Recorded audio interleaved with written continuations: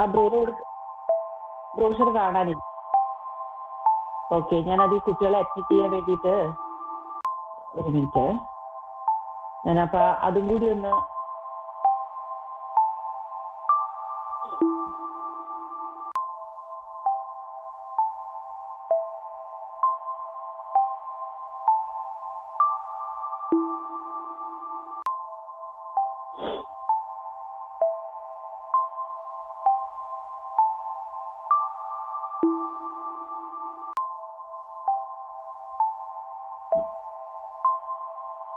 വന്നാ.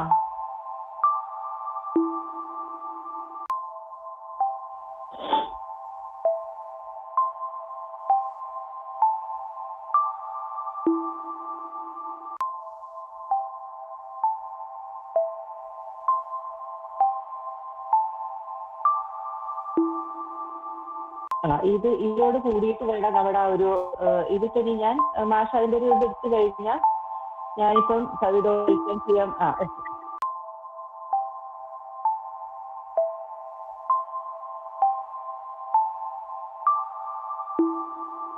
Okay, just a minute. Savitha ready ആണോ? സവിത, അഞ്ജലി എല്ലാവരും റെഡി അല്ലേ? സാറിന് ഇത് live streaming. Okay okay.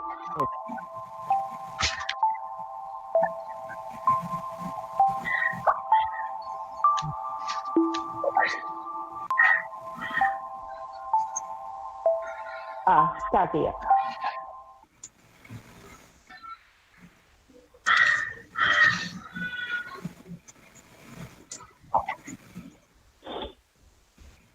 Turn your cameras. Turn on your cameras.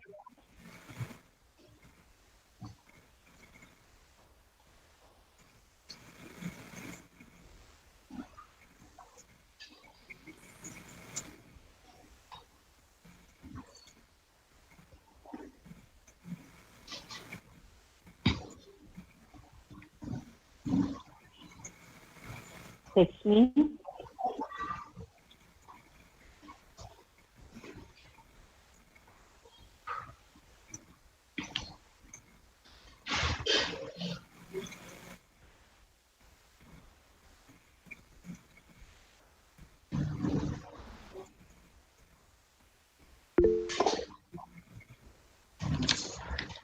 Good morning all. A warm welcome to the weekly webinar series, Day 2, hosted by English Association and NSS Training College, Ottapalam, in collaboration with IQAC, alumni of the college, titled Exploring ELT from Perception to Pragmatics. First of all, I would like to welcome our resource person, Anjali Krishnan C., works as a skill development executive at ASAP. She had published 16 papers in national and international seminars and also published 3 papers, and one of the foremost students of NSS Training College. She deals today's session upon understanding language, a multi-dimensional pursuit of language and identity. A warm welcome for you, Anjali. Thank you. Next, I would like to welcome our beloved principal, Dr. Ambali Aravind, who always remains us a great supporter. A warm welcome for you, ma'am. Next, I would like to welcome Dr. Sajin Sir, coordinator of IQAC, for the second day of webinar series. A warm welcome for you, sir. Next, I would like to welcome Dr. Mridula ma'am, coordinator and convener of English Language Association. More than that, the backbone of this webinar series. A warm welcome for you, ma'am. Bina K., the member of English Language Association, who is going to deliver the word of thanks for this session. A warm welcome for you, Bina. Last but not least, I would like to welcome all the teaching and non-teaching staff of the college and my dear friends. Welcome you all to the webinar series Day 2. Once again, welcome you all. Thank you.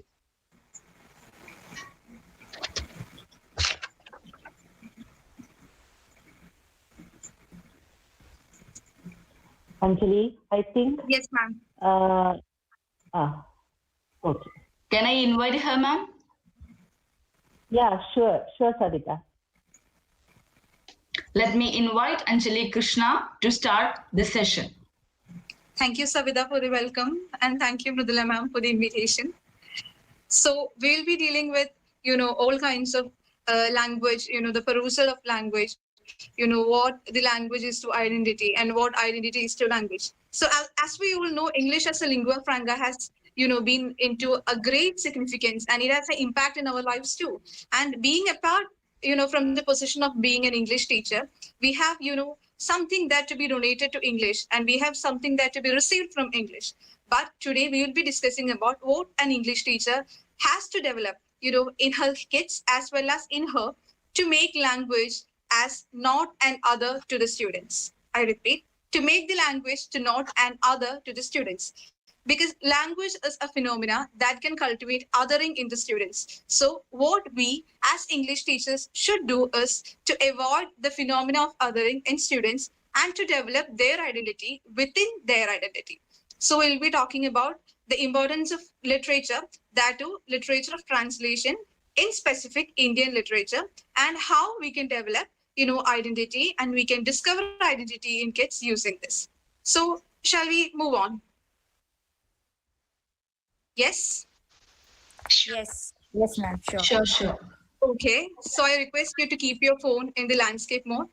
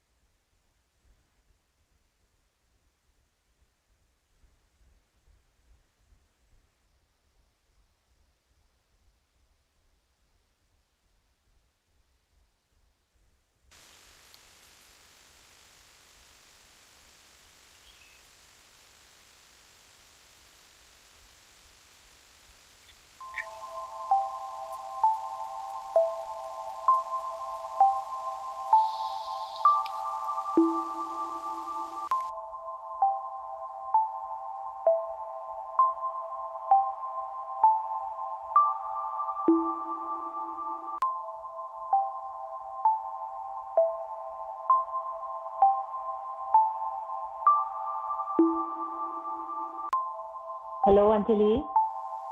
What happened?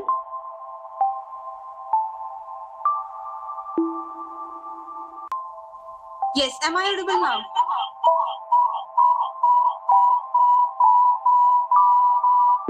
Am I audible now? Yes, you are audible. Yes, so let's start.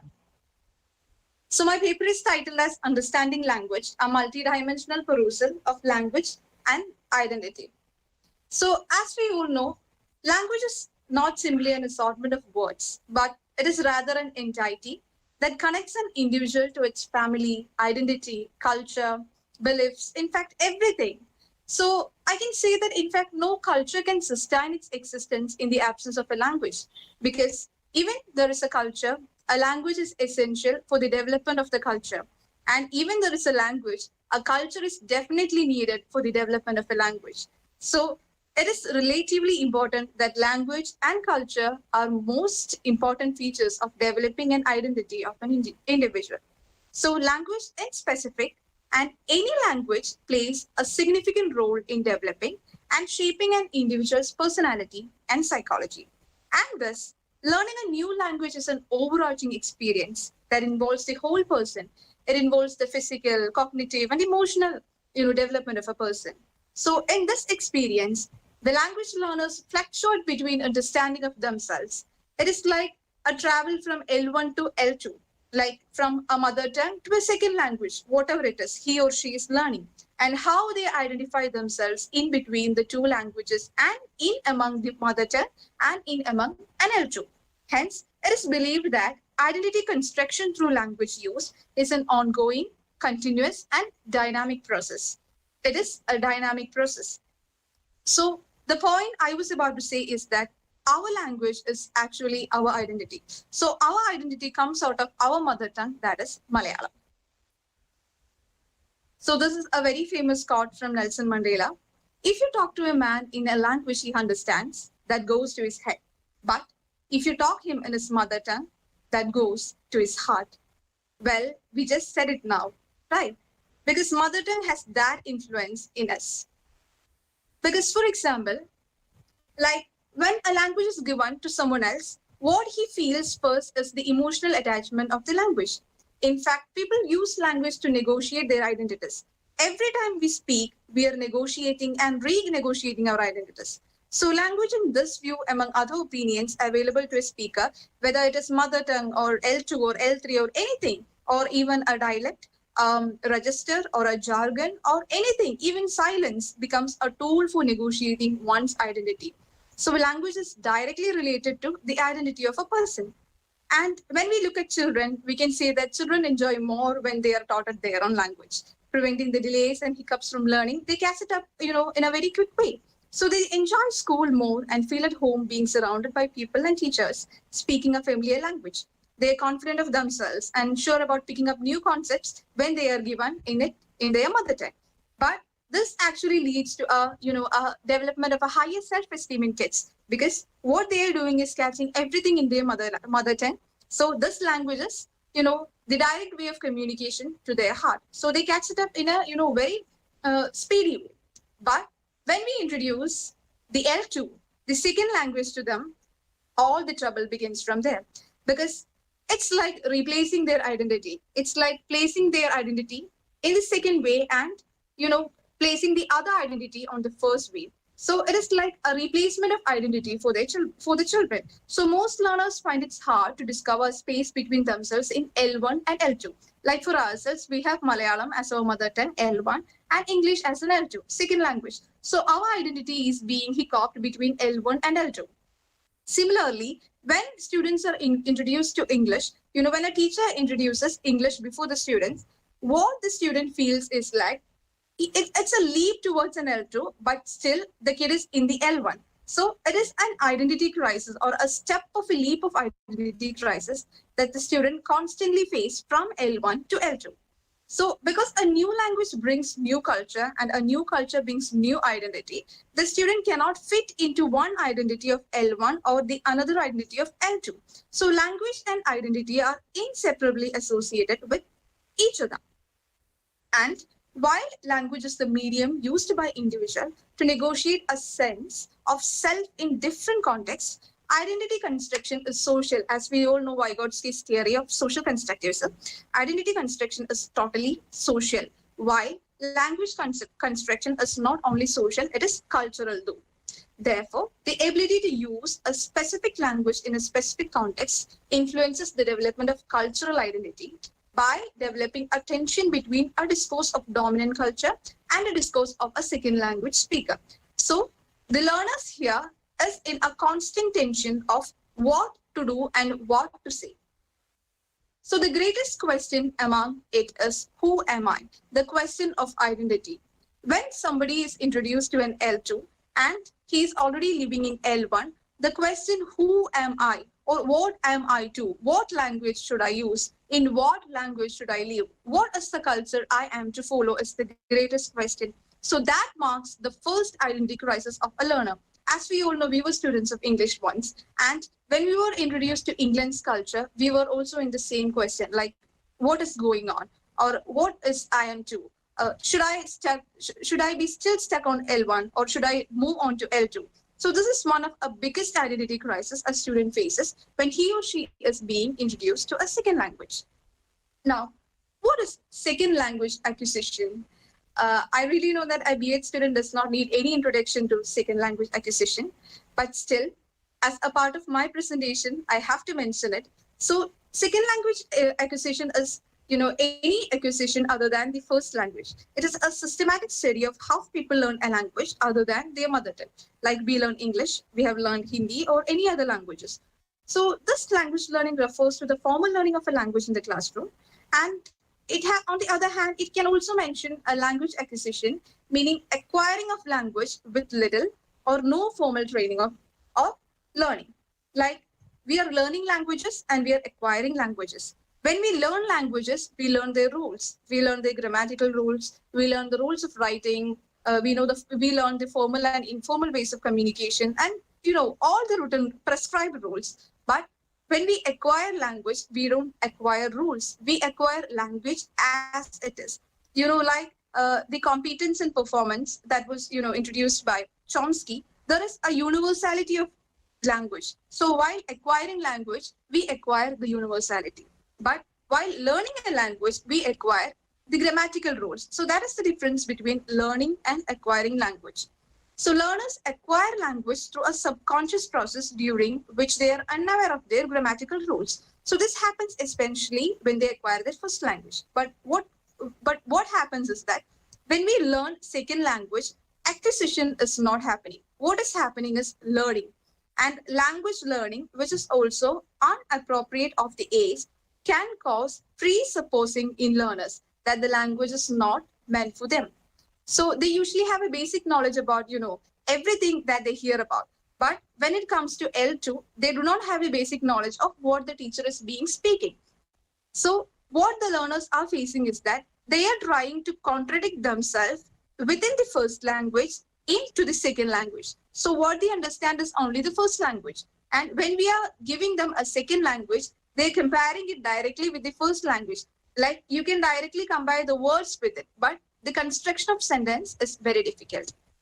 So that is, the most difficult part of second language acquisition, because language is not being acquisited or acquired. It is being learned and taught. So the difficulty in learning and teaching a language is that we can only teach grammar of a language. The universality of a language cannot be taught because it can only be acquired. It cannot be taught. Now, did you learn or acquire English? Can you turn on your audios? Did you learn or acquire English?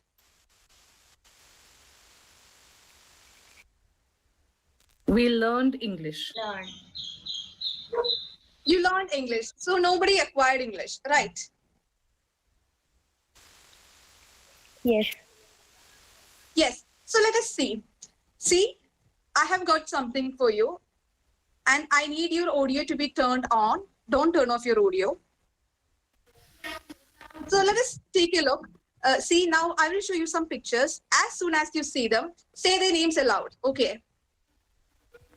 As soon as you see pictures on the screen, say their name aloud. Okay. Okay. Everybody. Okay. Yes. Shall we go for it? Yes. Sure. Yes. So here goes the first picture. Rat. Rat. Rat. Yes. So here comes the second one.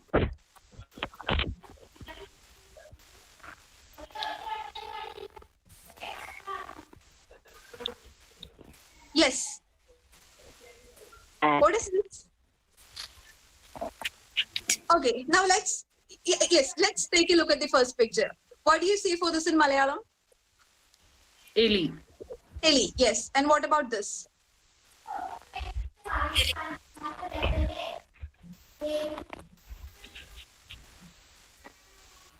What do you call this in Malayalam? Nobody. Perichay. Yes, this is Perichari. See, we know this is Perichari in Malayalam. And what about in English? A big rat. I don't know. Yes, we call it bandicoot. Now, next one. What are these things? Potatoes. Potato. Potatoes. And in Malayalam? Urulakiranga. Yes. Now, what about this? Kurka. And in English? Don't know. They are called Chinese potatoes. It's okay. Okay. Yes. And what is this? Elephant. Elephant. Elephant, yeah. And who is this man standing in front of the elephant? Anapapan. Anapapan, yes. What do you call an anapapan in English? Elephant trainer. Elephant rider. Elephant trainer. Trainer is someone, who trains an elephant. But, anapapan keeps an elephant. He gives it food. He travels with it. So he's not a trainer. Okay. Anapapan is called man out in English. MAHOUT. Now, what is this color? Yellow. Yellow. Yes, it's yellow, no doubt. And what about this?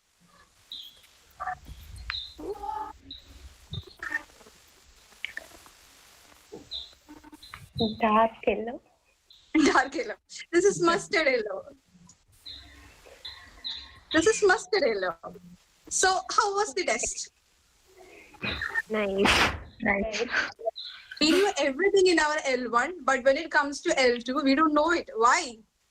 We are very familiar with Kurka, Perichari, and Anapapan, but we don't know its English. Why? Why do you think? Why? Because we are not using it. Because we have never heard stories mentioning Anapapans, Kurkas, and Perichari, right? We have studied rat because England had rat. We know potatoes because KFC has potatoes. KFC do not, bring Kurka fries. They only have potato fries. So we know English of potato, right?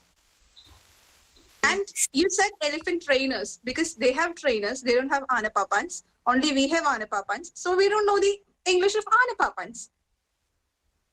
So that is the politics behind language. Are you getting this? And Yes. what do you think is your identity? Is your identity lying in L1 or L2? All our identities are still dragging behind L1 and L2 because we have left N1 because, mother tongue is something we don't have to care about. And we have not even reached L2 because it's too far away. It's not with us. It's a language of the other culture, of other country, of other part of the world. We are not reaching into it and we are not belonging to here. So what is our identity? The identity of teachers. Even we don't have identity here. So how can students will develop an identity? That is the question. See now, this question, I know that we all remember this one question from the movie Pranjiyatan and the Saint, isn't it? Where a boy asked his teacher to translate this to English.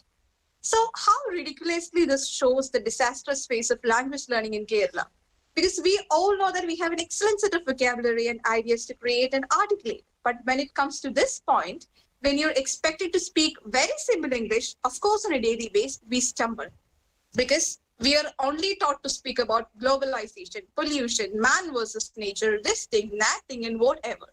But when it comes to speaking of the daily matters, when it comes to speaking of very simple English, we cannot speak. Why? Why can we not speak this? Now, can you even translate this? Ashudanandan Keralathile etramte mandriyayirunnu? Anybody in English?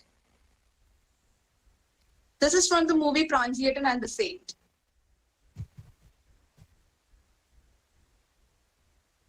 Anybody? Yes or no?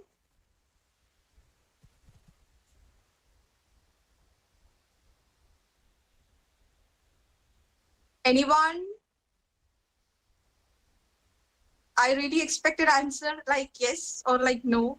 I don't matter what, but an yes or no is compulsory.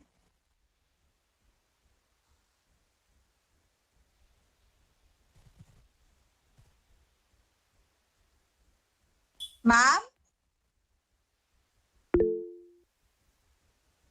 Yes, I'm hearing. They will give answer. I think so. I can see Beena, Mridula, Sridevi, and all here.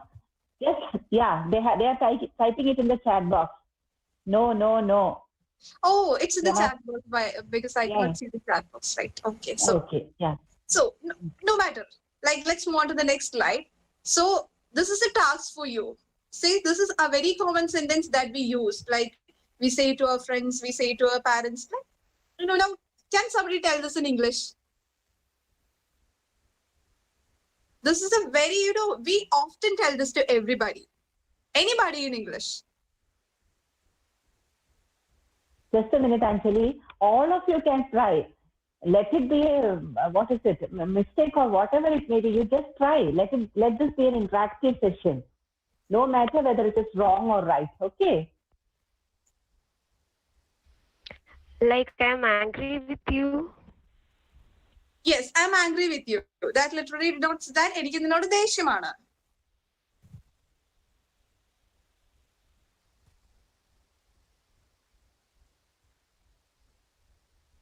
Any other comment? Just a minute. One comment is there about Achyutanandan. എത്രാമത്തെ മുഖ്യമന്ത്രിയാണ്. In which order? Devika has given an answer. In which order position Achyutanandan? Like that she has written. Okay. Comments are there in the chat box. Okay. Yeah. Okay, I can tell you the answer of the first slide. It's like you can ask, what is the ordinal number of Achyutanandan as the CM of Kerala? We ask the ordinal number of chief minister, ordinal number of president, ordinal number of prime minister, like everyone. We say the ordinal number. Or you can ask the chronological order. Like chronology denotes the number 1, 2, 3. So what is the chronological order? Like there are two ways of asking the question. Like you can ask the ordinal number of Achyutanandan as the CM of Kerala, or like what is the chronological order of Achyutanandan as the CM of Kerala? That's fine. Or in a very Indian English, you can ask how many CM was Achyutanandan. That is Indian way of speaking English. How many, like MANETH, CM was Achyutanandan. Now here comes the second slide. ഞാൻ നിന്നോട് പിണക്കമാണ്. So can I say the answer? Yes. Yes. It's I am cross with you. Cross with us that I am annoyed. ഞാൻ പിണക്കമാണ്, എന്നോട് ദേഷ്യമാണ്, ഞാൻ മിണ്ടില്ല. And the meaning is I'm cross with you. ഞാൻ നിന്നോട് പിണക്കമാണ്. So that is a very simple phrase, but even we don't know it. Even I didn't know it. I recently came to know it. So that doesn't matter. Like, I'm just trying to bring out how disastrous is language teaching in Kerala or in India. Like, let us not blame Kerala for it. See, in India, because we know nothing about language, and we still think that we know everything about language when we cannot speak it on a daily basis. Like when we cannot interact what is within us or what are our emotions, like what is going around us. And we can speak everything that is happening in the world in English, and we can speak nothing about us. So what is language for? Language is just for communicating what is happening to us, what is around us, and what is within us. And if L2 cannot denote this, or if a teacher cannot develop this by L2, why do we teach English for children? What is the importance of teaching English as an L2 if a learner cannot express these things? Why did our teacher teach us L2, taught us L2? So that is the question. This is only because we should take care of language as language. We should not take language as in science. Remember how we were trained, the drillings, the essays by heart, the poems we recited, the colorful scrolls that our language papers had, and that made us take a graduation in English too. And still we are here dragging behind the L1, not reaching to L2. So English at last has made this disastrous face to everyone. So the question is, what should we teach as teachers? What should we teach? So what do you think we should teach as teachers? What are the things we should include in our syllabus or in our classroom activities? What do teachers should do to develop L2 as an identity of the learner? What do you think?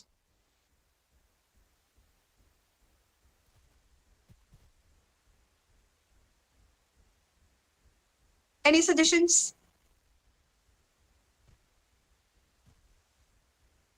Translated works of our own region may help, I think so. Yes, translations can really benefit. Just a minute, Then- Anjali. Just a minute. Yes, ma'am. Ambali madam is here. Our principal is here with us now. I welcome you, ma'am. Ambali teacher. Thank you. Okay. Okay, ma'am. Yeah, let us continue. Yes. So what should we teach? We should teach literature and translation. Then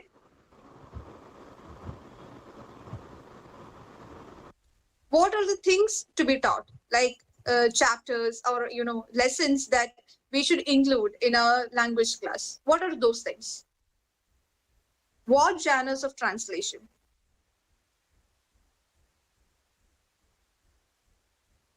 Yes, I can tell you. No worries. So the first one is autobiographies.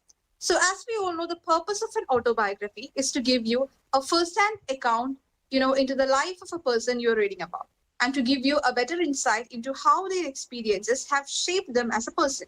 So autobiographies have this peculiarity that the language used in any autobiography is direct and simple.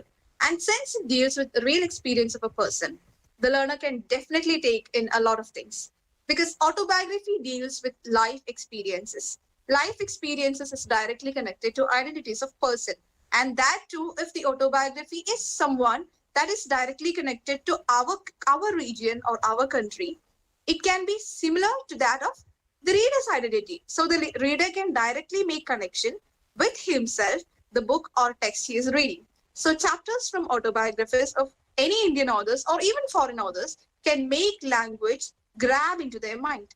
And the connection that a learner can establish within themselves and from the text is direct, because the language is direct. There will be no fluctuations. It will be simple. It will be from their direct life experiences. I mean, the first-hand account of experiences, so that the learner will not face a barrier in understanding himself with the text, or the learner can identify what is in and what is not with the text. So autobiographies are very important in language development. And in the case of L2, what can help a learner to acquire language as it is, or to acquire language in the very essence of what the language is to read autobiographies. Because autobiographies contains direct language. It contains languages without ornamentation, without any aphoristic styles, without any fluctuations, so that a learner of the other language can easily inculcate what a language means to the other, because it has experiences too combined with the means of language. So identity creation and identity transcendence is very easy with autobiographies. So the second one is travelogues. Travelogues too, as we all know, are a very important literary source, as they give interesting account of travelers. So it is quite different from autobiographies. It is a higher order, literary genre, because autobiographies deals with direct experiences and it has less aphorism in its style. But travelogues usually deals with, a kind of, travel experiences, the things they see. Even though they have a first-hand account of things they do, the language they use might be different. It depends on the author. There are travelogues that gives you direct experiences of things you see, but there are also travelogues that is included in the aphoristic styles of writing, or included in the indirect or fictitious way of writing. So direct travelogues can give you, the same effect an autobiography can give you, because it is also the things or the explorations that a man had made and the account of which he had made. So the language in travelogues can be of any type, well, it depends. But this literary genre gives their readers an authentic and direct way of using language. It can contain conversations, it can contain communications, it can contain sources of letters, like anything. And it can also contain description of places. Like we have never heard description of places in any poetry or any drama as it is. We only have description of places, in a most romantic or in a most aphoristic way. The direct descriptions of places is very rare. But in travelogues, we can employ direct descriptions of places. So the learner can easily relate them with what they have already been taught in the L1. So travelogues and autobiographies are well-defined sources of learning a second language. Now the third one being articles and essays. Articles and essays, as we all know, are generally, a piece of writing that gives the author's own argument on a specific topic. So they can employ a variety of colloquial language uses and deals with proper and relevant subject. So why articles and essays are important is that they have this, this specificity of colloquial language usages like idioms, phrases, colloquial registers, and all types of languages that are used in a specific region, in a specific context, or in a specific institution like politics, schooling, marriage, religion, etc. So articles can give you all these types of colloquial language usage mixed with idioms and phrases, which can easily develop, the embracement of language for an L1 speaker. So articles and essays have a definite and significant position in developing an L2, and it can also create identity. You know why? Because articles and essays deals with specific topic. They don't have a variety of topic. An article deals with a specific topic, and that too in a specific time or in a specific period. Essays too. So that is why they have a direct entry to the learners.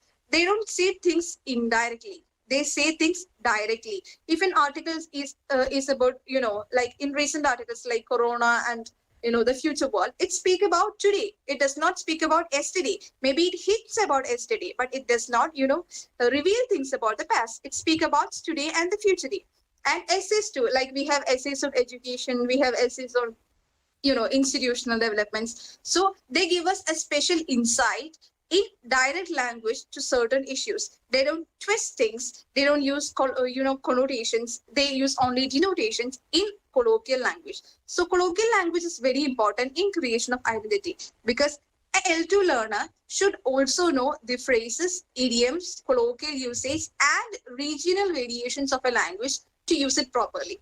Because you say something in here and you say the same thing in other area, it creates a difference. The meaning, the intonation, the specificity of sounds, everything makes difference. So a learner should understand all these things, the colloquial difference, the idealects, the idealectic variations that are in a language when he is, trying to become a proficient speaker of a language.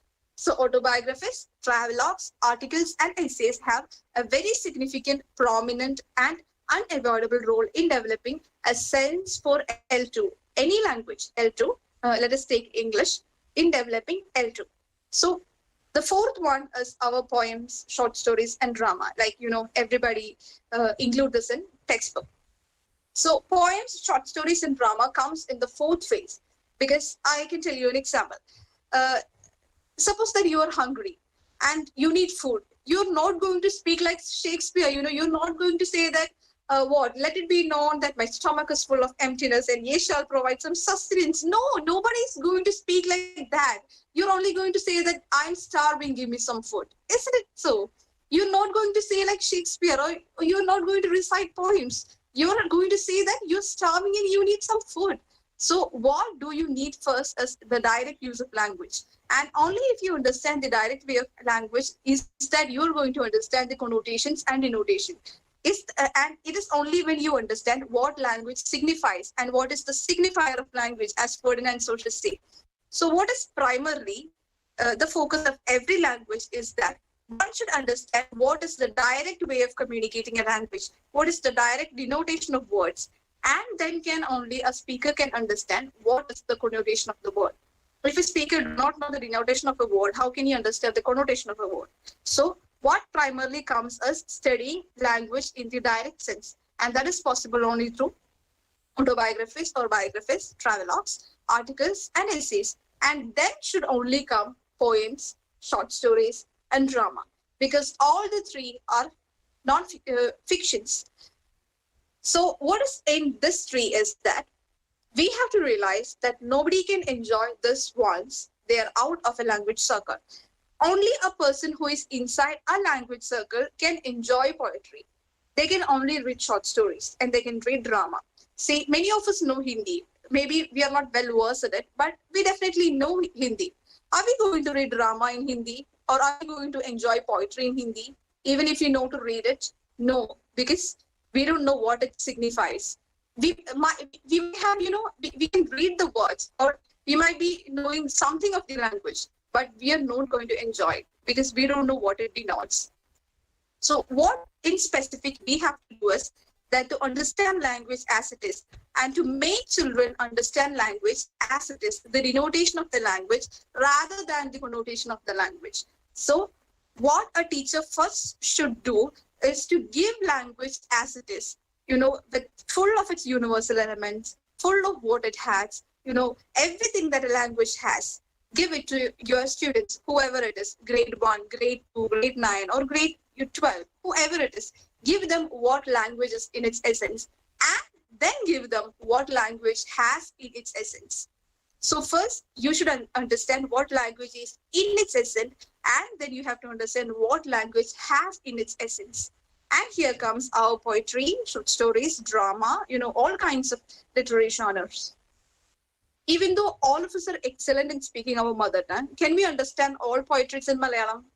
Definitely no, isn't it? We can all speak Malayalam, rather in varieties of Malayalam, but we cannot understand every works in Malayalam. We cannot understand every meanings of Malayalam, because even though we are Malayali, we cannot understand Malayalam properly. So what about English? Though we study English, we are taught English, how can we understand English? We cannot understand in its true sense only if we are, looking English from the identity of an L2 person and not from the identity of an L1 person. And here in poetry, short story, and drama, fiction and non-fiction makes a huge difference in language. Now, just think about students sitting before you who comes from a stereotypical Malayali background.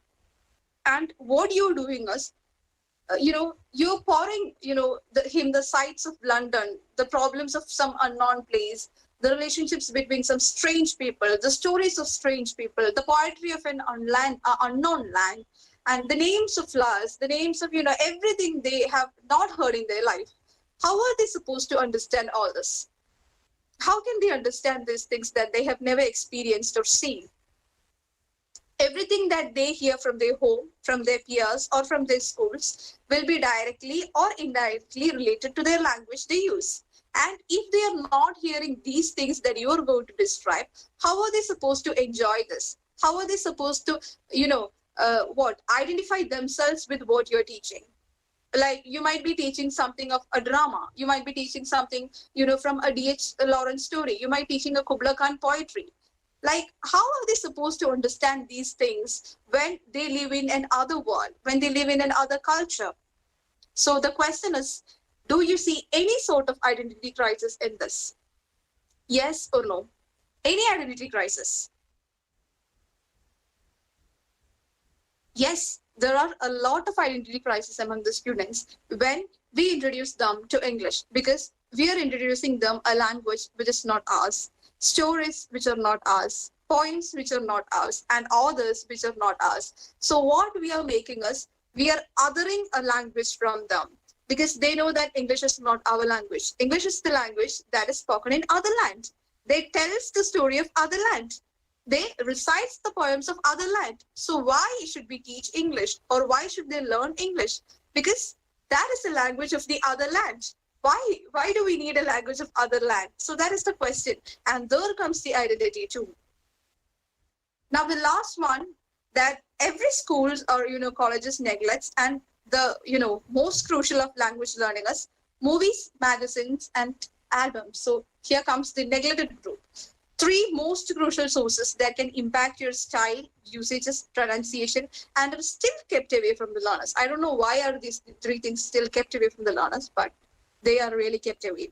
So as teachers of this generation, we can show our children a variety of movies dubbed into English. English magazines that say about cooking, gender, gossips, everything, because they need to establish their self in everything they have to hear in the language. So we have to, expose them into a variety of magazines. Like, it's not about education, or it's not about some institution. It should be about everything, about cutleries, about carpentries, about architecture, about aesthetics, everything. A student of a grade 10 should read every magazine he is accessible to. And hence he can get vocabularies. He can get what a language really means. He can get what languages to groups, because specific groups use specific languages. We use a different variety of language, right? Even though every one of us is a Malayali, we have our own idealect. We have our own socialite. And similarly, every English people will have their own idealect, their own socialite. And there are regional differences in English. And there are continental differences in English. Our English is Indian English, and we are following the British dialect. And there's 20 plus versions of English in India. And a student who is familiar with 5 or more varieties of English can definitely find an identity in an L2. But a student who is less familiar with the variations in English cannot find an identity in L2. And he cannot find his identity in L1 too. That is the disastrous phase, because he has already left his mother tongue and he has not reached the L2 too. So we should always expose children to movies, magazines, and albums that is in English, not in other languages. It can be dubbed into English, but that should be in English. And that is how the confidence of a learner can be boosted, and the richness of a language can be developed in a learner. So English magazines that says about everything, movies that can show anything, albums that sings about everything should definitely be shown to learners, so that they can adapt, acknowledge, appreciate, and criticize the use of language in regions, in between persons, in groups, etc. And they can acquire and learn what to be taken and what is to be drawn. And that is how a language is acquired, specifically L2, because no one is acquiring L2 in its right way today. We are being taught, we are being, drilled to teach, or to specifically to be specifically proficient in an L2. But what we should do is to expose children, to give them an infinite number of opportunities, to give them what all you can provide, to hear language, to write language, to read language, to speak language, and thus they can acquire language. So these are some ways that can easily enhance the learning of an L2, whether it be English or any language. So the question here is, why Indian literature in translation? Like I have said I told you that Indian literature in translation has a specific role in creation of an identity, because the identity of an Indian child is different from the identity of a child of any other country. The identity of a Kerala child is different from identity of a child in any other state. And hence, we need a literature of our own.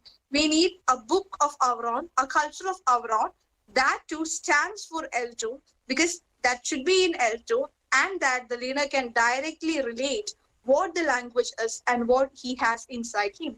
And that is how the learner can relate himself and establish a connection between a language that is unknown to him till then, and he can establish himself in the second language. We speak Malayalam fluently because we are living in Malayalam, because we hear things in Malayalam. There are things around us in Malayalam.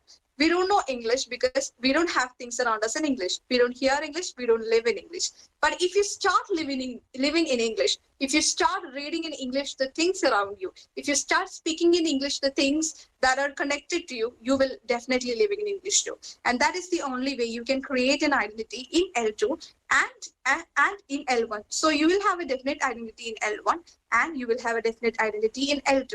That is the way a teacher should develop develop and discover a set of identities in a learner. So when a learner is introduced into a language, the teacher has to take him to what he knew. See, the teacher has to, grab all the things what the child knows. She has to translate it into language that is desirable. So to us, it is English. So what the teacher has to do is, she has to develop a sense of thing that the learner is already knowing. And she has to translate all these things into English. Everything around the learner, be it any silly thing, let the teacher give her a chance to express what is around her or him in English, so that the speaker or the learner will definitely try to look around him like the identity in L2. So he or she has a definite identity in L2 by she is 15 or 16. So the most probability of Indian literature in teaching English has come out of these features. And they are characters, symbols, language, culture, emotional binds, and collective feeling. So, what do characters has to do with us? Anyone? What do characters has to do with us? What are characters? Let me ask you. You read a story, you read a novel, you read a drama, and there are characters in it. How are these characters connected to us? Can anybody tell it? When Please we read tell it, we think in their perspectives. We can understand what they're feeling, each character, what they are feeling, and why are they feeling like that. So we will connect, and a sense of empathy will come with the characters when we read something. Okay, that is true in our case. But let's think in the shoe of a sixth grade children. So if they are reading a story like Cinderella or anything, what they might feel. Let's put our brain in the shoes of a 6th grade student or a 7th grade student. How can characters influence them?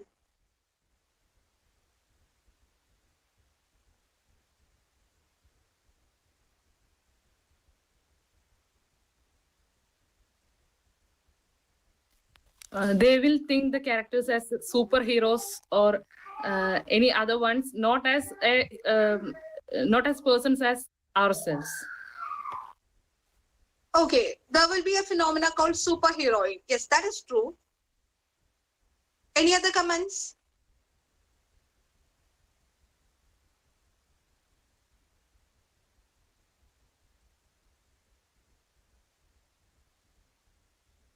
Do you know what a Cinderella complex is? Anybody? Have you heard about Cinderella complex? I think it's in the case of beauty. Beauty. Any other guesses? Damsel in distress. Sorry, I cannot hear you.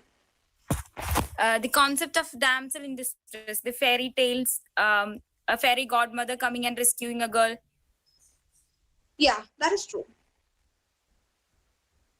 So how many of us has read Cinderella? Everybody? Is there anyone who haven't read Cinderella? Anybody? No. What were our feelings when we read Cinderella? Did we try to become a Cinderella? We thought that someday one person will come and our whole life will change. That is Cinderella complex. So we thought that one day a prince would come, a charming prince on a pony or a horse will definitely come to rescue us, right? So in every literature or in every stories, which is not others, there are characters which are not ours. So how can you relate Cinderella in an Indian context? Can you find Cinderella's here?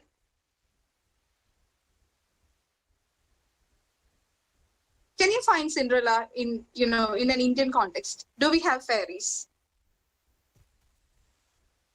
We don't have fairies. Our fairies are not like Cinderella's. And why are we giving our children Cinderellas to read?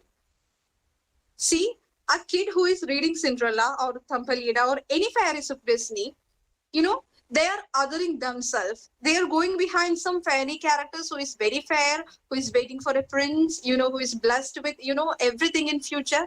So the child is othering himself or herself when he or she is reading Cinderella or some fairy tales. Because these are not the stories of our land. These are the stories of other land. And what about, Panchatantra stories? We have Panchatantra stories, isn't it? The stories believed to be written by Vishnu Sharma. What about those stories?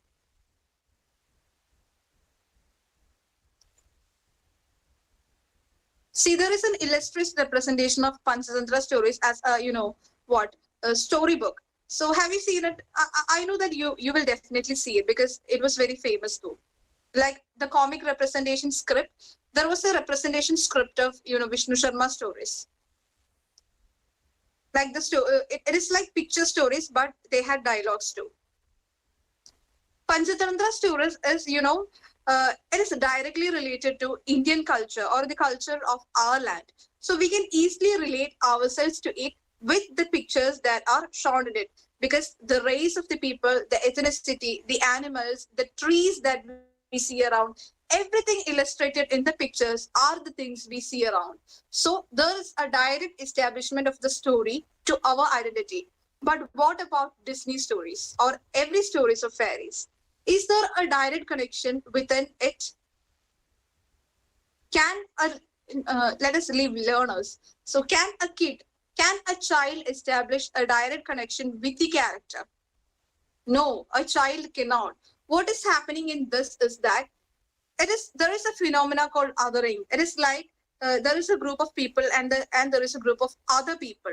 Usually we are othering others. But when we read Disney stories or stories of the other land, we are othering ourselves. We are relating to somebody that is not us. And so we are othering ourselves. See, this is relatively, a high-grade identity crisis that can, bring several type of complexes in children. And that is why we are saying that a literature of our land, a story of our land, the poems of our land is very crucial in the development of, identity in a child. And what about symbols? Cinderella lost a shoe, isn't it? Cinderella lost a shoe. Now we are very familiar with shoes because nowadays every kid wears shoes. But shoes are not relatively, directed to Indian culture. We have many other things like, bangles, anklets, several things. So symbols like these things can also create perceptions in the learners. So false perceptions can create an inhibitants or barriers in understanding language. And the languages or the dialects, as I mentioned earlier, that is used in these languages can create a barrier or a type of a type of insensation that a learner can feel while reading a text. Or if a mother is explaining a text to a learner, or if a teacher is explaining some text to the learners, the languages or the regional variations of languages that is being employed in the text can create certain issues among the learners. And about the culture, as we mentioned earlier, Cinderella stories are not belonging to our culture. Our culture is entirely different. And a kid or a child who is learning these kinds of fairy stories, these kinds of superhero stories, can definitely brag from one, language to other language. Because in L1, we create stories of an entirely different kind. And in L2, we create stories of we hear stories of some superheroes. So what happens is that a kid who is exposed to both L1 and L2 finds, a dissipating source of sense of disturbance, like what he is belonging to or where he is belonging to. Is he belonging to L1 or should he reach L2? Is L2 more better than L1? So these types of questions or these types of queries will definitely haunt a learner if he is being inhibited by cultural barriers of a language. So what a language should do is that it should bring the learners to their cultures. A language should be employed in their culture, and then they should discover, understand, and dissipate that there are many other cultures which are not theirs. And that is the creation of identity. It is not alteration of identity. It is a part of realization and recognition of, other types of culture, acknowledgement of other types of culture. It is not like, you are stepping from one to another because one is good and the other is bad. And that is not the right thing to be taught. The only thing to be taught is that you have to move only because you have to discover things, not because one is bad and the other is good. And the next one being emotional binds. Emotional binds have, a very, disturbing sense of complex chains and stories. Like in Indian stories, we have strong emotional binds, like we have family binds, we have friendship binds, we have binds of, ethnicity, we have binds of gender, etc. But when we read the stories of the other culture, their emotional binds are entirely different. So what the learner is learning is that the emotional bind he used to has, or he used to, hear from their parents is certainly different from the emotional bind what an English teacher is teaching them, or what the English story or English poem is dealing with. So that makes a difference in the learner. So all these things, the influence of the character, the influence of the symbols, language, the culture he's being exposed to, and the relations between peoples, or ethnic role, or any society, can make influences in creating a definite identity of a learner. And the last one being collective feeling. I know that every one of you will be familiar with the concept of collective consciousness by Carl Jung. Oh, that is a very great theory. I'm not moving into it, but the collective feeling, or the collective consciousness that we are one, or a region, or a society is standing one and unique, can definitely create a confidence in the identity of a person, because the collectiveness or the consciousness that everybody around him is into his identity, or is into it, or is living in this society that he created his identity, can give him or boost his confidence. But if a learner is lacking the collective feeling, or this collective feeling that his identity is not belonging to here, or it is not belonging to his society where he lives, so where should he stand? Should he stand in L1 or should he stand in L2? So that makes the greatest question. Everybody who is introduced to literature, or who is introduced to English language without concerning these factors, will severely face this identity crisis once or twice in their life. And at last, they will start bragging from L1 to L2 or L2 to L1. So that is what an English teacher should take care of when he or she introduces, the language as it is to the learners. Now, the Cinderella stories. Now, do you know Anglet for a Princess? Anglet for a Princess is a Cinderella story from India. Like, there are 500 plus versions of Cinderella stories all over the world. Recognized versions, 500 plus, and there are unrecognized versions too. Because the stories of each land is different. The stories of every land is, in fact, different. So every land needs stories. And when Cinderella became most popular, and when researchers found that these kids are making a leap from their culture to other by the influence of these fairy tales and superhero stories, this was made that each land created their own Cinderella stories. And our Cinderella stories, Anglet for a Princess, though this is a very old story. This was long before Cinderella, I believe, Anglet for Princess. But this was remade and rewritten after the Cinderella Revolution. So Anglet for Princess is a tale of Cinderella, which is backgrounded and surfaced in Indian culture.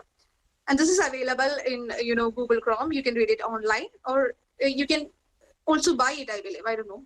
Well, so this is an example for Indian literature, and that is to our own literature with surfacing the story of Cinderella, but adapted to our country. So a kid who is reading this Anglet for Princess will definitely have, aspirations to become a princess. I agree to that. But still, she will be interested that a culture of hers too, in a language which is not hers, is possible. See, I repeat, a culture of hers in which a language which was not hers is possible. And that is how we acquire language, because the culture is hers, or the culture the reader is reading is his or hers, but the language is not hers. But since the culture, the people, the images, the background, the symbols, everything she reads is belonging to her, and she is belonging to the same culture, she can easily acquire the language. She can easily understand, relate, and establish herself in the story. That is how language works. Now, see this picture. What are these flowers? Can anybody say? Please turn on your audio. Can you name this flower?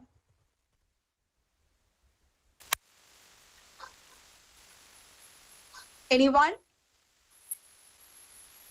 No. No. No. Yes, Yes, they are daffodils. These are daffodils. And every one of us have studied daffodils in our 7th grade. Am I right?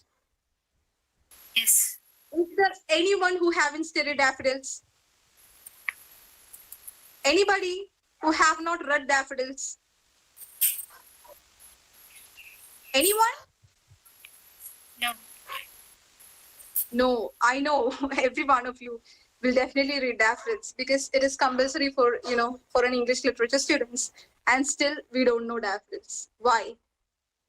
Because we don't see daffodils around us. And so we don't know what daffodils are. We have, literary or aesthetically moved by the poem Daffodils. Like, I wanted lonely as a cloud. Like, yes, isn't it? But we don't know what daffodils are. And we enjoyed the poem. What is the sense in that? How do you feel it? That is how we are dealing with, language here. We are teaching a 7th grade students, daffodils poem. And even if he is 20 or 25, he don't know what daffodils is. He cannot understand or identify what daffodil flowers are. Why do we teach English in this way? So the point is that we don't know daffodils because we don't see daffodils here. Daffodils are not our flowers. They are flowers of other land. They are flowers of the West. Since we cannot see daffodils, we don't know how beautiful daffodils are. We don't know what is, like a daffodil farm. We don't know how is a daffodil valley like. How can we enjoy something that we never saw? How can we enjoy something that we never know about? We can only enjoy, understand, and inculcate what is around us, what we see and what we imagine. Even if you know daffodils, even if you have studied daffodils, we don't know daffodils are. So what about the learners? Can you think of, their situation? They are being taught every, poetry that is under the sun. Like by their, passing 10th, they will have poetries of, most famous authors. And what are these, poems doing to them? Are they developing their language? Are they developing their imagination? No, nothing. They are giving them images of many kinds. These poems are offering them complexities of language. They give them an impression like, language is not meant for them, or language is something, that of a higher sort. So this has to be changed. Daffodils being a very simple poem that were taught in an undergrade as, something that is not ours. And so we don't know what daffodils are like. We don't know what its beauty is like. And still we study this. So now what I did lay stress is to this one thing, that what is harm in studying English as England's language? We are studying English as England's language, not as India's language. And that is why we don't know daffodils still now. Isn't it so? We studied English as England's language, not as India's language, or not as Kerala's language. And that is why we know nothing about this language. That is why we cannot speak in any word. Like, we cannot express anything that is ours. We cannot express anything that is in us or within us, because English to us is a language of a foreign country, and we learn it, we are taught it in a foreign way, and we are going to teach it in a foreign way. So the only thing that we should avoid is to teach English in a foreign way. Why do you teach English in a foreign way? You don't have to teach English in a foreign way. Teach it in the native way. Teach it in the way that our culture demands. Teach it in the way that the learners demand.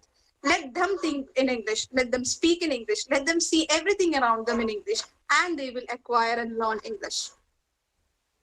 So there is this concept of interlanguage. See, interlanguage is, a theory proposed by Larry Selinka. This was coined by Larry Selinka to refer to the integrative grammars, that is constructed by second language learners on their way to their target language. So as I said, there is an L1 in us, the mother tongue, that we have already learned and we are already proficient at. And there is an L2 being our target language, that we are going from L1 to L2. So there is a journey from L1 to L2. What we have within us is L1, our mother tongue. And where we are going to is to an unknown place, and L2. So in this journey, we have going through a process called interlanguage change. That is, from L1, we are acquiring words from L2, isn't it? We are, finding similarities between L1 and L2. We are finding discriminations between L1 and L2. We are adapting and adopting between L1 and L2. So this journey and the journey in between can be called interlanguage. And the term on favor, like over similar constructs such as approximative system, like we have approximities of L1 and L2, and there are distinctions too, like the interlanguage is thought to be a distinct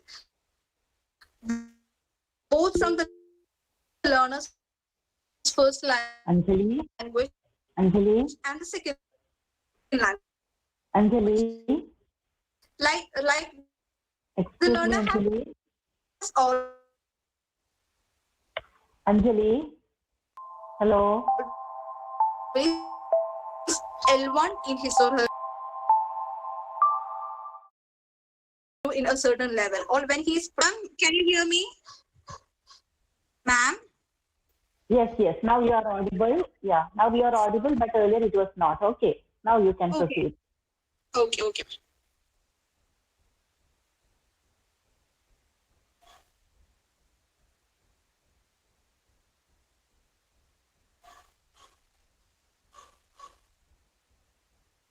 Yes, so we were speaking about interlanguage. So interlanguage is the stage where you have already left your first language, your mother tongue, and now you're going into a second language, L2, whatever it is. So you have left L1 and you have not reached the L2. You are in a state of interlanguage. Did you understand? So we, after studying language, English language for these years, from our preschool or from grade 1, all these years we are in this stage of interlanguage. We have never reached the L2 stage, and we have already left the L1 stage, and we are living in the interlanguage stage. And I don't know that how many of you have reached L2. Maybe some of you might have reached L2, but I didn't. I am in my interlanguage stage. So interlanguage stage is a very complex stage where we find a lot of crisis on identity, a lot of crisis on culture, a lot of crisis on adaptation, like where we have to stand, what we have to use, and what we have to employ when we have something to converse. What should we use? What should I say? How should I express? How should I understand? How can I denote? How can I say to him? Or how can I say that it is not like it? So interlanguage is this stage where a learner experiences curiosity, anxiety, and depression about using a language that is not his or hers. So when you leave L1 and you are not reaching L2, that means you are in a state of interlanguage. You will definitely have to pass this stage of interlanguage to reach the L2 stage, which can give you confidence and everything that have a succurrence in speaking English as language as L2, not as in L1 or interlanguage. So interlanguage theory argued, like Selinger, when proposing the theory, which is so to be a separate linguistic system resulting from the learner's attempted production of a target language norm. Like while in L1 we adopt language norms that are similar to L2, like we construct sentences according to L1.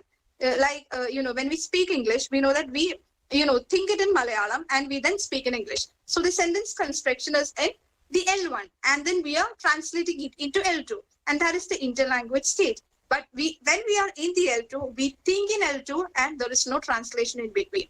The direct thinking and the thinking and speaking is directed through a single language. Anjali. Yes, ma'am. Excuse me, Anjali. Did it break? Ma'am? Hello? Hello? Ma'am? Did it break, Anjali, ma'am? your voice are getting broken. You are not audible. What about now, ma'am? Now you are clear. Your voice is clear, but earlier what you said on interlanguage, it was not clear. It was broken. Okay, I can repeat, ma'am. I'm sorry for that. Okay, Shall I continue? no problem.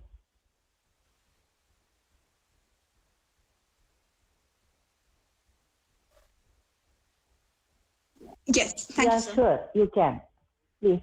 So as I said, the interlanguage is thought to be a distinct from both the learner's first language and from the target language. Because as I said earlier, it is, it is a mid-space between L1 and L2. So it evolves over time as the learners employ, various internal strategies to make sense of the input and to control their own output. Like when we are learning language, we are giving certain inputs, like reading, speaking, writing, listening. So these are all inputs that we are giving into an L2. And we have outputs.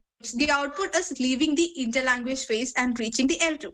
So interlanguage is this phase where a learner is in between two languages, his mother tongue and the language he is going to reach. So every one of us will be in this interlanguage stage. We have to leave this stage and then only we can reach an L2 stage. And there is no stepping back to L1 in an interlanguage stage.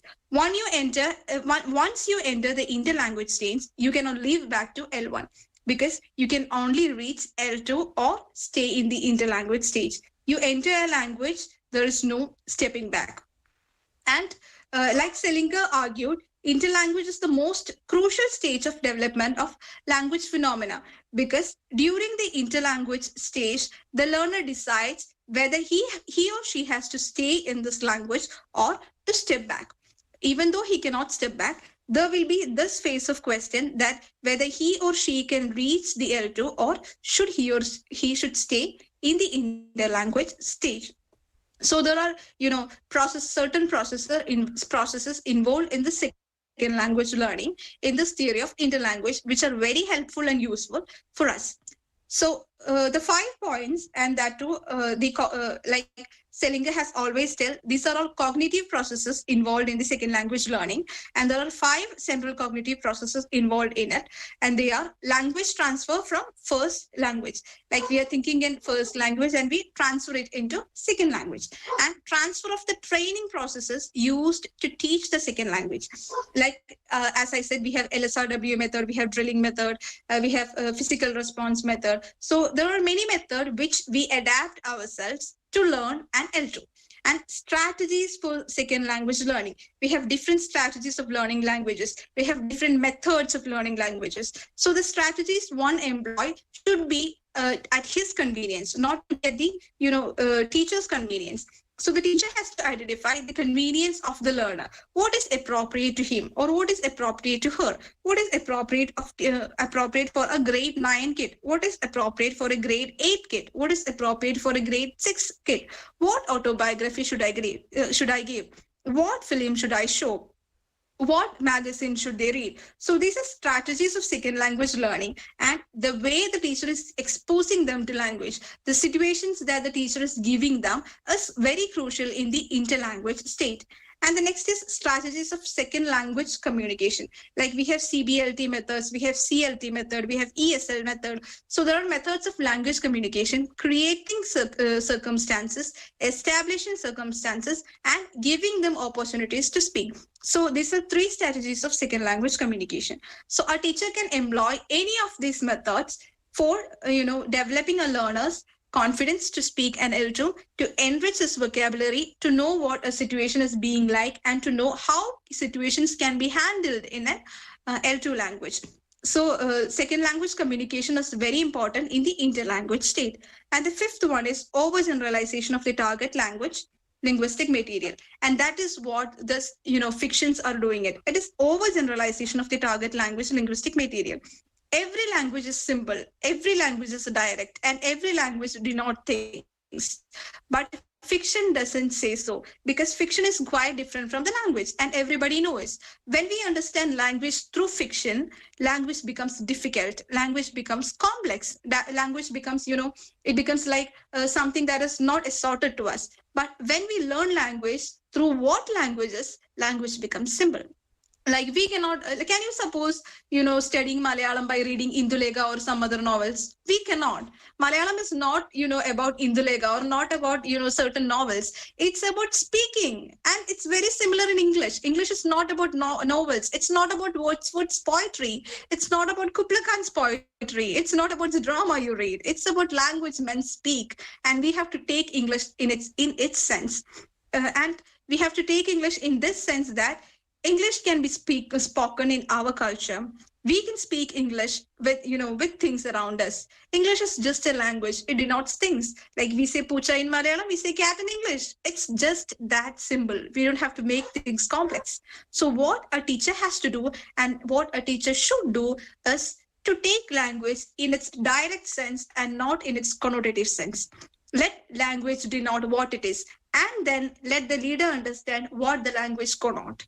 That is the process how a language has to be learned and has to be taught. Yes, now I have, some names for you.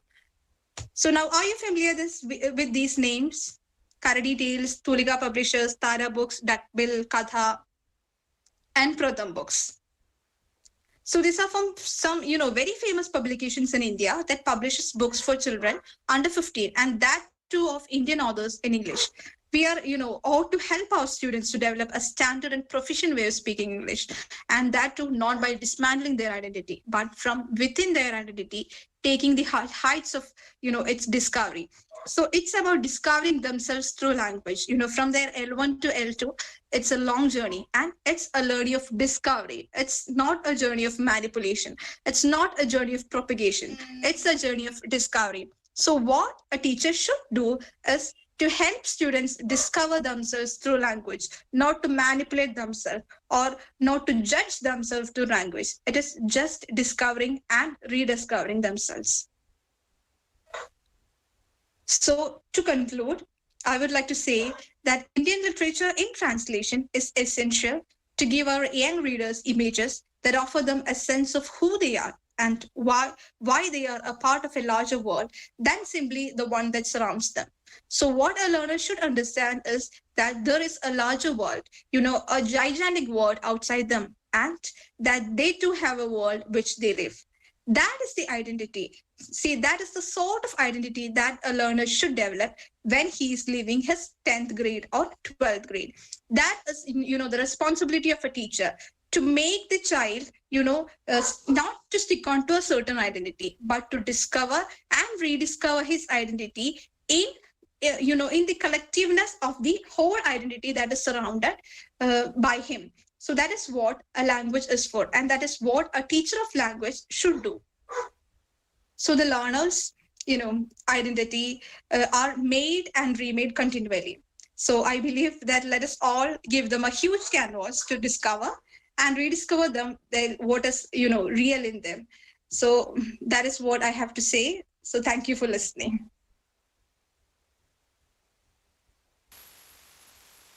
Now the session is open for question answer. If you have any doubts or if you need any clarity, you can pose the question. The resource person is with us. So, thank you so much, Anjali Krishna, for your simple, impressive and an informative session. And now it's the time for the interaction. So, I would like to invite all the participants to ask your queries about this presentation. You can directly ask, you can unmute your mics and directly ask to the resource person, or you can even message it in the chat box. So now it's the time for all the participants. Thank you, Anjali, for your class. I want to ask you a question. What is your opinion about rote learning of language? So in our early ages, we have learned poems in English. Say Johnny Johnny yes Papa, Twinkle Twinkle Little Star. We don't even know the meaning of that poems, but we learned or by hearted it. So what is your opinion about rote learning? So you're asking rote learning for pre-primary children, right? Yes. pre-primary grade, isn't it? Not for upper grade. But in upper grade, even though we tried to by heart it, we may not be easy. We may not feel it easy as in the earlier ages. So what is my opinion regarding it? Yes. See, from age 1 to age 5, it's a very different period. Like from 5 to 15, the growth of a child is very different from that of 1 to 5. So it is compulsory that a child should learn certain things. And since he cannot understand concepts, since he cannot understand things as it is compulsory that a child should by heart or learn things like, he's taught. And that is rote learning. It's like drilling, like we have studied Sunday, Monday, we have studied, weeks, months, years also. But if that was not through rote learning, will we remember it? I don't think so. Like ABCD numbers. So rote learning is compulsory during, a period of age, like from 1 to 5 or say 1 to 6. It depends on the children. But after a period, it's very difficult to understand things in words, because by then we enter into the, premise of what a language is. So then words are concepts. And that becomes there makes the difference. When words become concepts, we don't understand words. We understand the concepts. Like when we read a theory, we don't understand the words. We understand what the theory is, what it is meant to be. So in my opinion, I really believe that rote learning is compulsory and is mandatory to a certain age, and that too with the type of the kid which you are dealing with, but not after, 6 or 7. Okay, thank you, Anjali. Thank you for your valuable opinion. Thank you. Just I want to, I hope you remember our last session. From behaviorism to constructivism. Do you remember? Yeah, it can be connected here, okay, to what Anjali said now.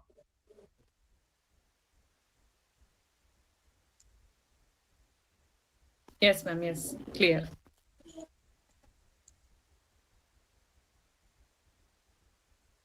Any other question? Lakshmi, Albi, Devika, Kavita. Yes. Hello, ma'am. Yes. Ma'am, Please switch on your video, Archana. okay, ma'am.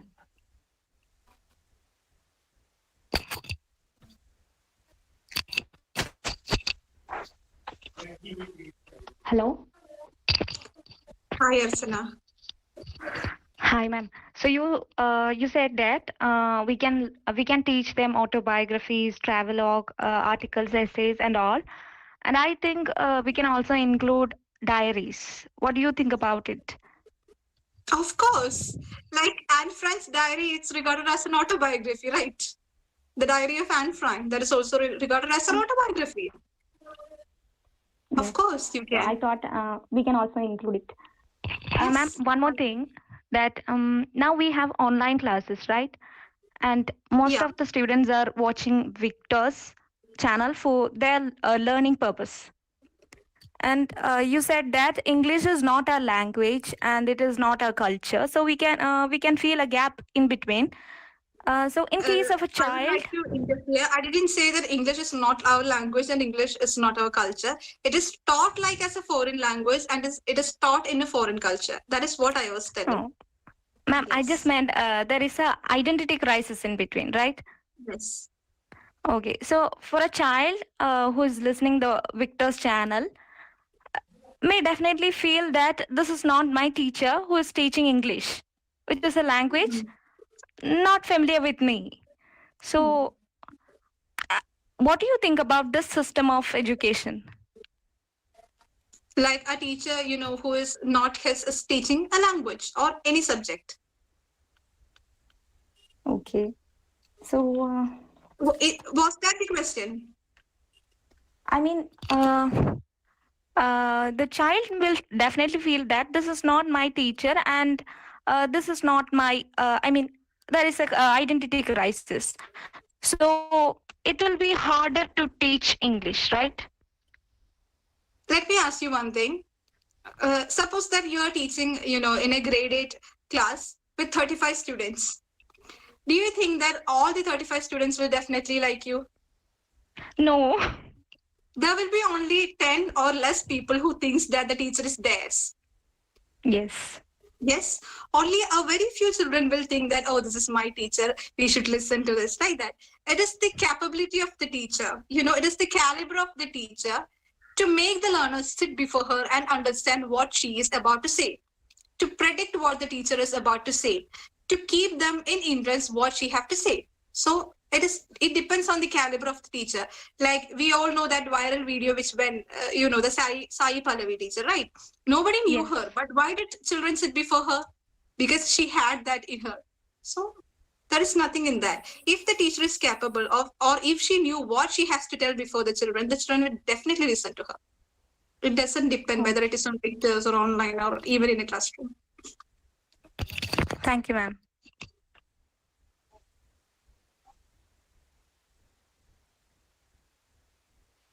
Yes, somebody else was ready to ask some questions. If you have any doubts, you can write it in the chat box also. Please come forward.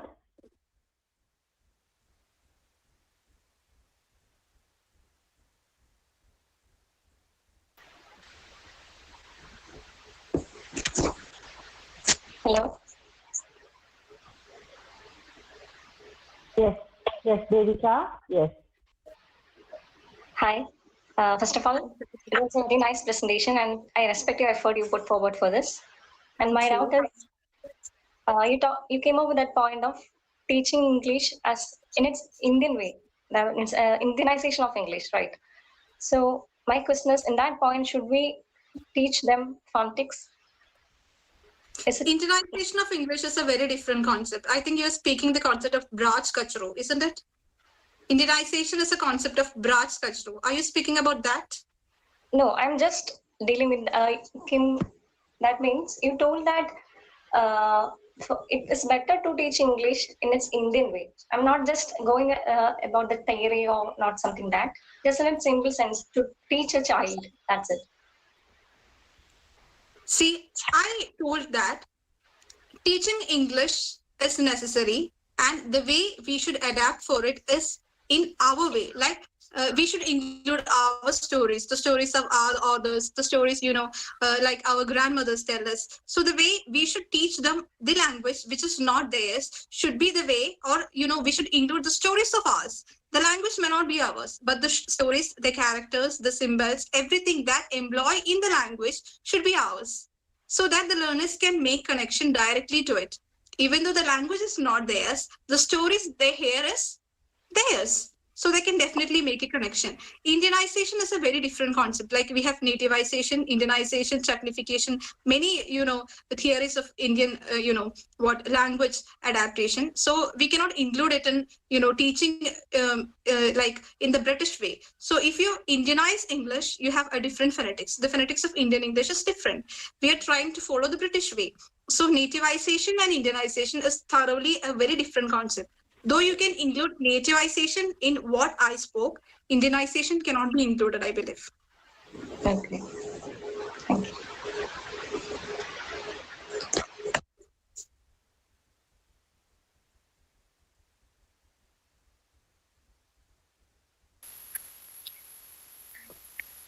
Hello. Yes, Albi, do you have any doubt? You have told like to teach language is language, not just like a science or more. Am I audible for you? Actually, Like your voice is breaking. okay, now it's clear. Can you hear me? Yes, you're audible. You can speak. In your presentation, you have presented like language to teach language is language, not as a science.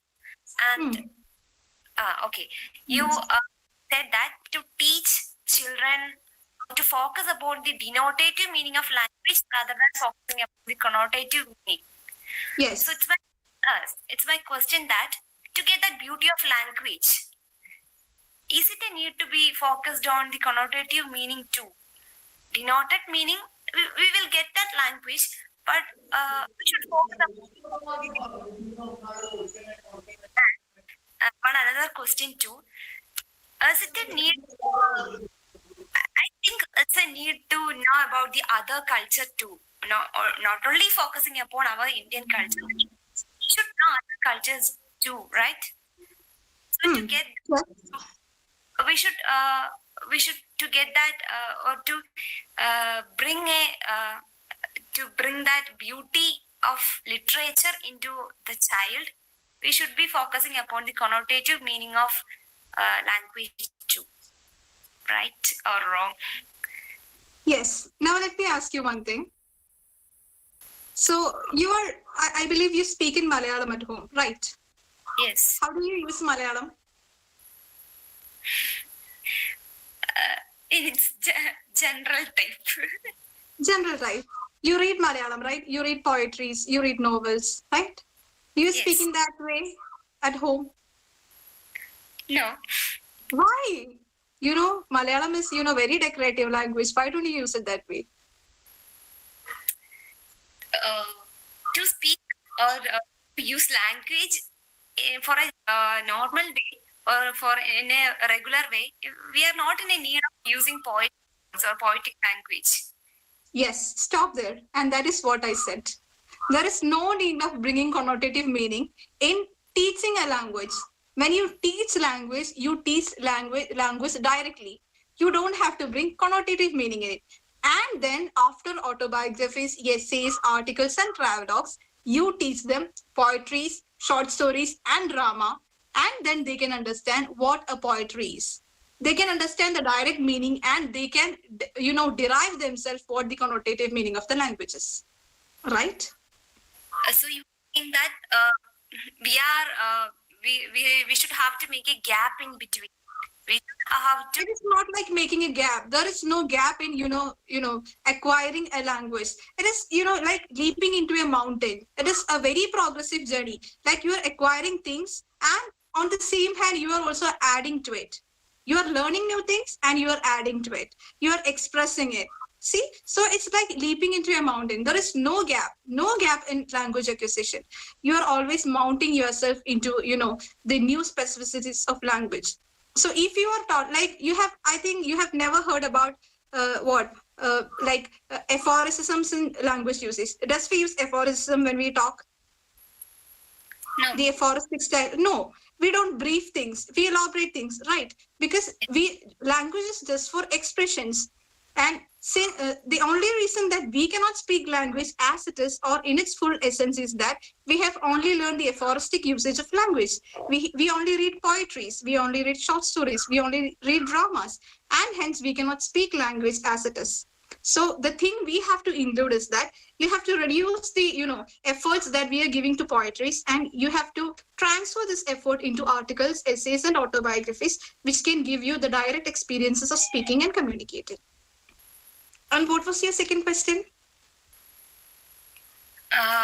Is it a need to get to know about not only focusing upon our culture, we should also have a focus upon the other culture. Definitely, yes, we should. See, I am not saying that language should be limited.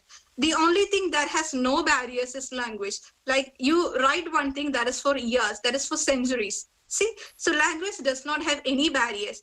But while reading or teaching a language, while you are teaching your student a language, it is important that your student should not feel that the language is alienated or she is alienated from the language. So in order to bring your student into the language, or in order to avoid the barrier of identity between the language and the learner, what you can only do is to bring the language into the learner's culture. Like, let it be Indian, let it be Malaysian, let it be of any culture. The only thing you can do is bring the language into their culture, bring the language into their stories, and they will start listening to your stories and listening to the language. Okay then, fine, ma'am. Thank you. Okay, now I think we can end the session here. Now it's almost 11 o'clock. I hope there are no further questions. Ma'am, one question. Chat box.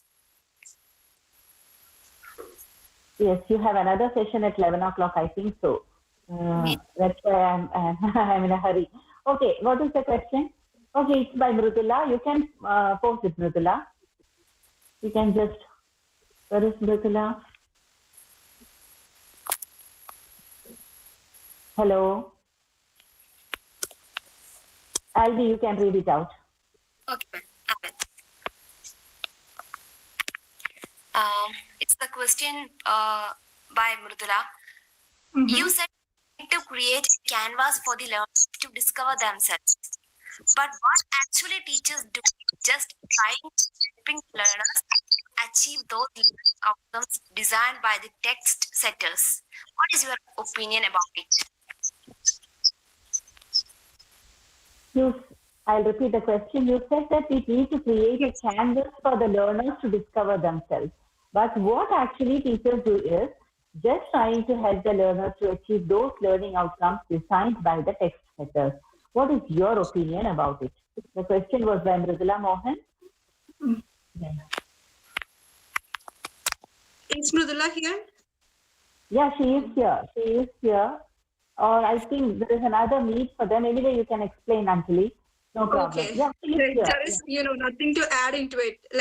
Like she have said, like we teachers only have to do is that give them a big canvas so that they can draw, redraw and find themselves. Like teachers cannot, make an identity or create an identity for the learners. It is learners who can create their identity. The teachers are only mentors and motivators who can, stand in the way and give them, a kind of confidence and a kind of support, like a helping hand when they fall. Like we don't have to set something for the kids. The kids have themselves set things for them. And all we have to do is to assist them and to mentor them into what they are into and what they cannot be into. So I don't think that there is a need of text setters, even though there should be norms and there should be certain, these kinds of procedures and these kinds of norms that should be set like in a frame that a child should be grown. But that cannot be, like sort of limitations that a teacher should bring into. That can be a pool of things that a teacher can make. Like there is no need of setters or limiters, but there should be a frame in which a kid is allowed to grow. That is what I think. I don't believe that there should be a kind of setters or some kind of timers that you should give a child. Like every child has their own turn of things. So that is my opinion on it. Okay, I think Mrudula, you are satisfied with the answer. Yes, ma'am. Thank you. Okay. And I'm so happy that a few from outside, like Vinci from our Jyoti Training College, she is English teacher there. Then Mr. Mahesh, he is also, all these are my former students. They're working in different schools and colleges, and CG is there. And I'm so happy to see all these people here in this platform. And Professor Dr. Meera, Madam from University of Calicut, she is the HOD there of Education Department. She has also conveyed her regards for the session. And I'm so happy that our program is gaining its momentum. And I personally thank Anjali. This is not a formal vote of thanks. I personally thank all these students of mine who is here, who have were present here during the session from outside our college, and as well as Anjali, my dear student, our alumni. She has delivered a wonderful presentation on her topic, and I'm so thankful to you, Anjali. Okay. Thank you so much, ma'am, for the opportunity. Thank you. Now, let us move on to the formal vote of thanks session. Okay. Fine. Okay.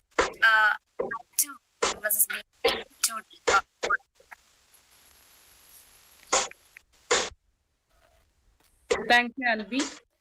So we are moving to the end of our session, our webinar series, day 2. So I would like to take this opportunity to convey our thanks to our resource person, Anjali Krishna. It's a very interesting and very informative class about language, how a teacher should teach a language, the connection between mother tongue and a second language, how a person's identity and his culture and language are interconnected. She have presented all these ideas very clearly. So thank you, Anjali Krishna, for your valuable presentation. Thank you. Now I take this opportunity to thank our principal, Dr. Ampli Aravind ma'am. She is a great supporter for all our activities, all our endeavors. So I would like to thank Ampli ma'am in her absence. Then I would like to thank Sergeant Sir, IQAC coordinator, who will be there for all the support, technical support for us. Thank you, sir. Then I would like to thank Mrudula ma'am, coordinator of English Club, English Language Association. Thank you, Mrudula ma'am, for conducting such an innovative webinar series.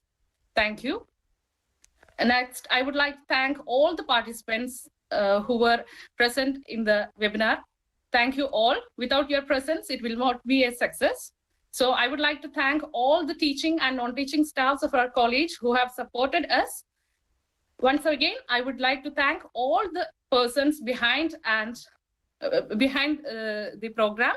Thank you all. Thank you. Okay. Thank you, dear one. I think it's time for you to attend another session. Let us leave. Okay. Thank you so much for being here. Thank you. Anjali? Yes, ma'am.